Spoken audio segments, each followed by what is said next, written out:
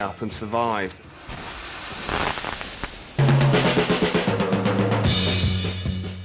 Come on, I'm going to the studios. Okay?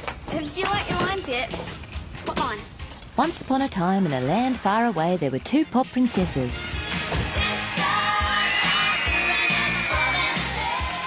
Sadly, there's only one Minogue who's really got what it takes down under.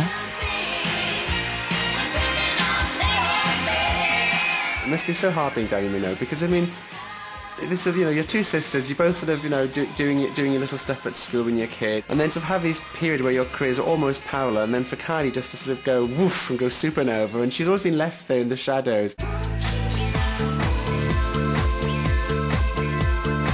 It's always suggestion with her, rather than sort of a Madonna-type wave of this new sexuality coming out. Kylie always managed to stay this side of vulgar, but there was always a fantasy element, and that's her attraction. Kylie is a survivor. I think that's why a lot of people love her so much. I watched her when she was in Neighbours, she had the bubble perm, and to see the transformation of her when she was hanging out with Michael Hutchence, when her music started getting a bit raunchier, a bit dirtier. And now in her 30s, she seems much more refined, she seems very comfortable with who she is, and is actually much more of a glamorous person, as opposed to just being a sexy person. She was trained to develop that bottom, and the thing about that bottom is it's tiny, because you couldn't have a bottom like that that was any bigger.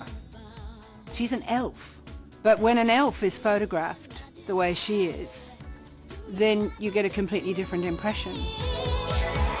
I think the reason Spinning Around has become such a kind of legendary video, I think you've got to look at it, it's not just about the way she looked, but it's also the fact that she'd gone back to pop music, and it was the relaunch of Kylie. So they didn't just relaunch her as maybe as a sex symbol, but also as a queen of pop.